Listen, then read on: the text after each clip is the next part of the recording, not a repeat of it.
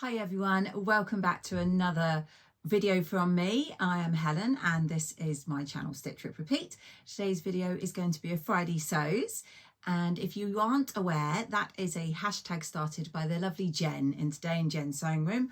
I will link her channel below, but it is a load of us out there who sew and vlog, just do a weekly video to catch you up on things sewing and life related. However, if you do follow me, you'll know that I'm not very good at regularly doing the Friday sews. So this is like a little treat because I already put a video out this week, which hopefully you've already seen. But if not, I will pop a link here. It is a video all about my sewing the patchwork jacket, which appeared in last year's Great British Sewing Bee and also in the book which I bought, which accompanied the series. And yeah, I uploaded the video I think on Wednesday. So if you haven't watched that, then do make sure to go and check that out and see how I got on. So what have I been up to? I have mostly in the last few weeks been tidying my sewing room and sorting and destashing fabrics. So I've destashed a few already and I'm still in the process. I've got a whole pile just out of sight that I'm going to be putting up on my Instagram. I will link my Instagram destash in the description below. So if you do want to go and take a look, as I say, I'm just putting fabrics up as and when, sort of in batches of about, I don't know, between 8 and 10. And then I sell them, post them, and then pop some more on. So yeah, that's been keeping me really busy. My sewing room was one of those places where I would shut the door rather than tackle the mess that it had become. So now I'm really pleased to say that it has a clear floor, and when I sew, I make a mess at the time, but I make sure to clear it up again before I shut that door. So I'm hoping to keep on top. You may notice I have all my fabrics nice and neatly in my IKEA cabinets behind me here. So at some point I will probably show you what I've done, and you can see the end result of all my hard work. So I've been doing that, destashing. I have sewn up the Silene tee, which is what I'm wearing. If you'll recall, I've been trying to pick out PDF patterns that I had printed ages ago, just randomly, and picking out a fabric for my stash and sewing them up. I've not been very good at keeping up with this yet. So far, I did the High Hopes dolman top from Ellie and Mac, which hopefully you've seen, and I'll pop in some photos. So if you haven't, I can show you. So I did manage to do that eventually, I think in February, and I've just finished making this Silene top in the last few days. So this was a free pattern, I think back in 2021, and it was a company called Glasshouse Patterns, who I don't think exist anymore, but obviously you can correct me if I'm wrong. And yeah, I got this free when you had like a newsletter from them, and I got it all printed, and then like with all my PDFs in the corner there, I didn't do anything with it. So I'm really glad to got this sewn up. So I will hopefully pop on the screen the size chart that it gave. I went with a size 4, I think it's 1 to 8, hopefully you'll have seen what it is.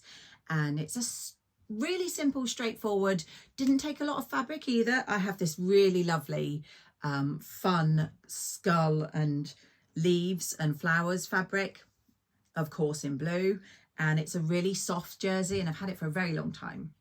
I think I might have bought it from a destash a while ago. As I say, it's straightforward. It is simply a front piece, a back piece, the sleeves, and a neckband. And obviously, if you've been sewing for any time and you've done t-shirts, they're pretty much all the same. It's a straightforward, attach the shoulders, and then I tend to leave the neckband to the end because I like to try it on to see how it would look and measure. So I don't often go by the neckband piece.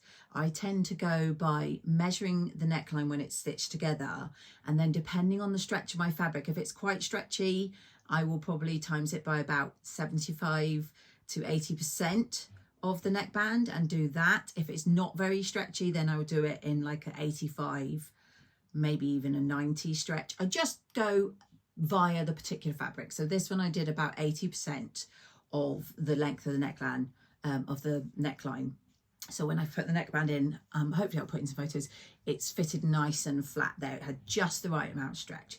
So yeah, t-shirts literally front, back, join at the neck, pop in the sleeves, stitch up from the sleeves all the way down the side, pop in the neckband, and then hem sleeves and bottom. So once I had cut it out, it didn't take me very long at all to sew this up, and I really love it. It's a really simple, basic tee, and I wear a lot of t-shirts. The sleeves are very capped, which I wasn't sure about, but I actually quite like. And I did use Maraflex thread, which you may or may not have heard of. I absolutely love this new thread. It basically means it has a little bit of stretch. So when I'm doing any kind of knits like this, I tend to get a Maraflex thread because I can just do a normal straight stitch. I don't have to do a zigzag or lightning or anything like that.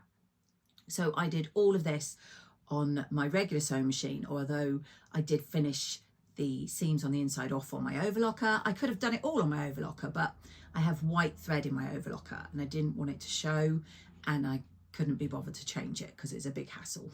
So I got a blue Maraflex thread. Just stick it on a stitch. I usually do a 3 and straight stitched the whole sew. And yeah, I really love it. So I'm really glad that I've now done 2 of my numerous PDFs. So this morning I picked out my 3rd, and I've got it right in front of me here. So I'll just grab it. Now I can't see because obviously it's all rolled up, but I did label them all when I printed them out years ago. And it is apparently the Claire trousers from Style Arc Patterns. So that'd be interesting because I don't think I've ever done a Style Arc pattern. And when I edit this video, I'm going to have to look up the Claire trousers and pop in some images because I can't remember what these look like. But that will be my next make from my PDFs, and I'll hopefully keep you informed on how I get on, what fabric I choose, etc. So that's something that I've been up to and will continue, so that my printed patterns will gradually go down and I'll have sewn them all up. I have also received, very excitingly, my prize from the Sew Yellow for Endo.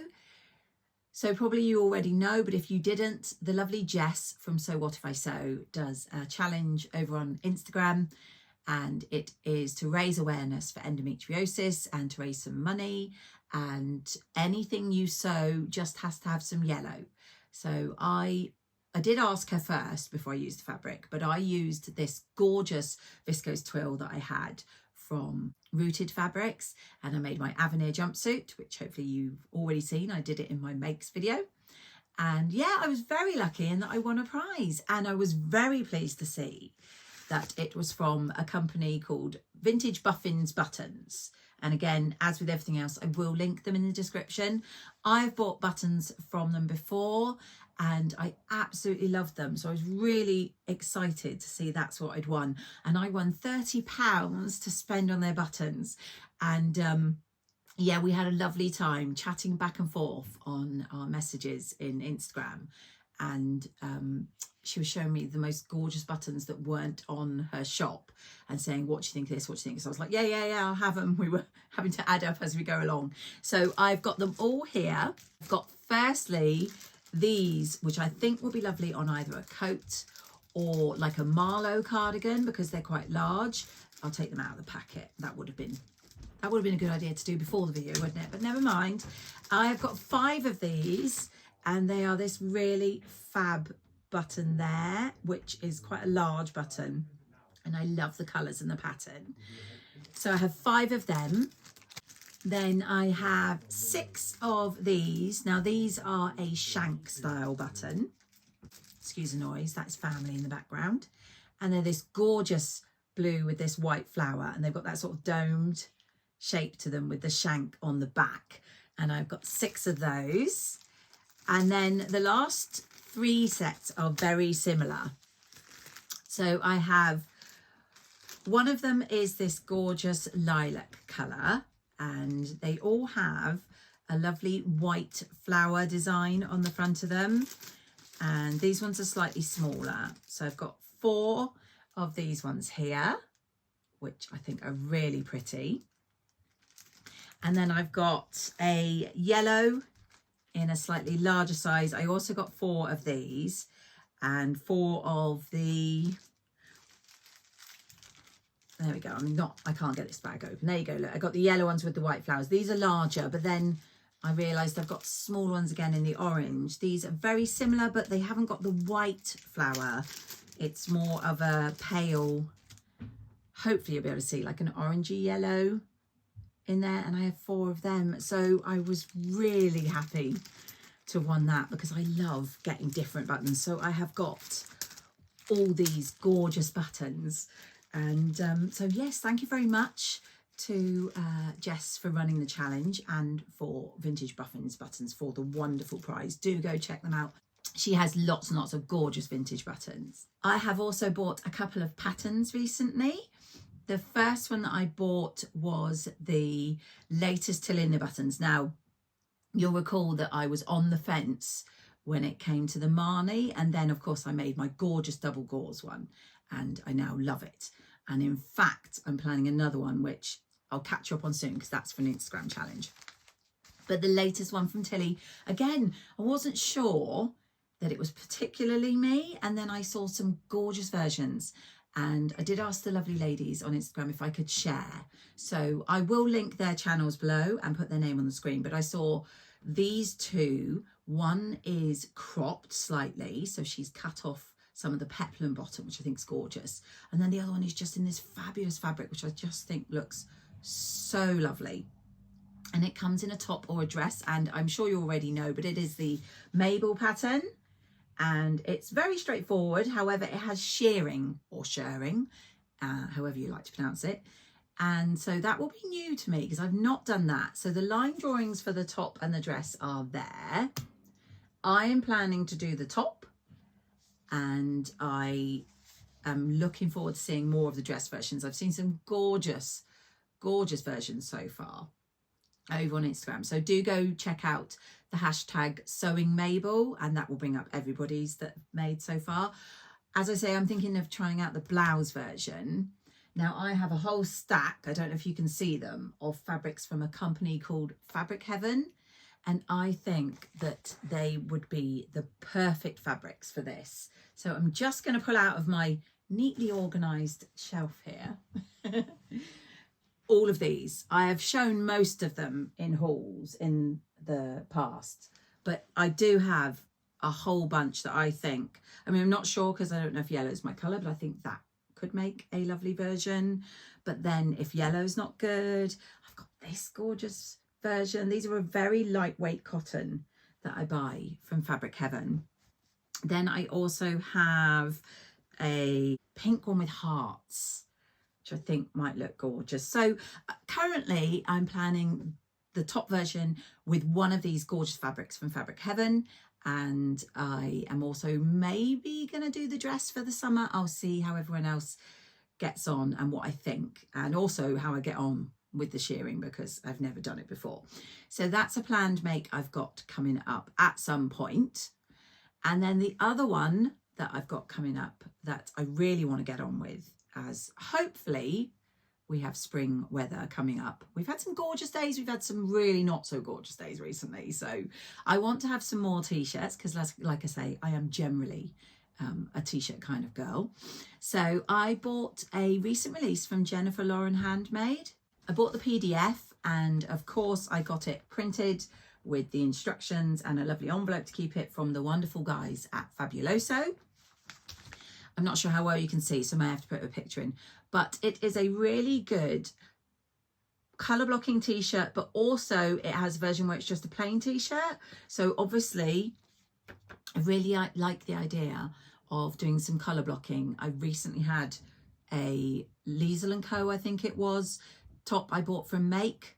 I say recent, it was sometime last year actually, I think. And that's a colour blocking. So I really want to get on with those because this one uses, or can use, at least 4 fabrics to make up that really fun look. Or you can just go plain, as in the version on, I think it's View B. And it has grown on sleeves, but it also has a pattern to add to make it a long sleeve. So I think it's really versatile.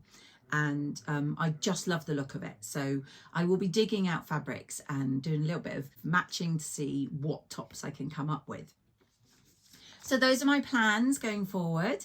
I also have to get on with my 2 So Frugal makes, which didn't get made in March. I have, if you remember, I think it's the Libby skirt from Tessuti Patterns to make, and I have the Harper cardigan also to finish. And so I want to work on those at some point. However, I have lots to be getting on with, so who knows what will be done when. You just need to stay tuned and you will find out when I find out. So that's about it for me today. As I say, I am hoping to give you a little bit of a roundup of how I've got on with my sewing room, if you're interested in seeing that. So that might be a video soon. But for now, I shall say cheerio, and I will catch you all in my next video.